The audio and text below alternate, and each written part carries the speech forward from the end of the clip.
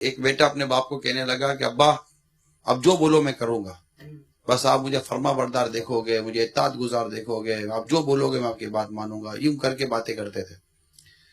تو والد بھی جی جی بیٹا کرتے تھے۔ ایک دن والد نے کہا چلو دیکھ لیتے ہیں، کہا بیٹا کینو کھانا ہے، تو بیٹا پورا کینو کا وہ پیٹی اٹھا کے لے آیا، کہا بیٹا ایک کام کرتے، وہ ادھر پہاڑی ہے نا، ہاں وہاں بیٹھ کے کھاتے ہیں۔ پہنچ کے پہاڑی پر، تو ٹھیک چلو کھاتے ہیں، ٹھیک ہے بیٹھ گئے۔ تو بیٹے نے نکال کے کینو دیا، تو ابا نے کینو ہاتھ میں لیا اور پہاڑی کے نیچے پھینک دیا، لڑکا دیا۔ بیٹا لیا، بیٹا کہ ابھی لے آتا ہوں۔ نیچے گئے، بیٹا کینو اٹھا کے لیا، ابا یہ کینو۔ ابا نے کینو لیا، شکریہ بیٹا، پھر نیچے کینو پھینک دیا۔ اس طرح یہ 4-5 مرتبہ ایسا ہی ہوا۔ اب بیٹا ہفتہ سانس پھلاوت آیا، ابا یہ کینو۔ اب تھوڑا موڈ خراب تھا، لے یہ کینو، ابا نے پھر پھینک دیا۔ بولا ابا یہ کیا مذاق ہے، میں لا کے دے رہا ہوں اور آپ اٹھا کے کینو پھینکتے چلے جا رہے ہو، تھک گیا ہوں میں یہاں۔ وہ غصہ آ گیا نا بیٹے کو۔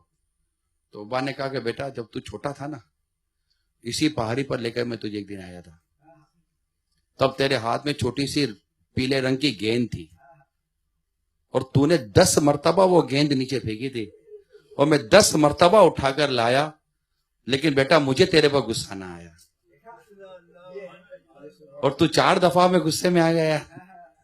وہ بولتا ہے کہ ابا جو بولو میں کرنے کے لیے تیار ہوں۔ تو اصل بات یہ ہے بیٹوں کے لیے کہ اب باپ نے جو کیا ہے نا، تو کچھ بھی کر لو نا، ایسا کر بھی نہیں سکتے۔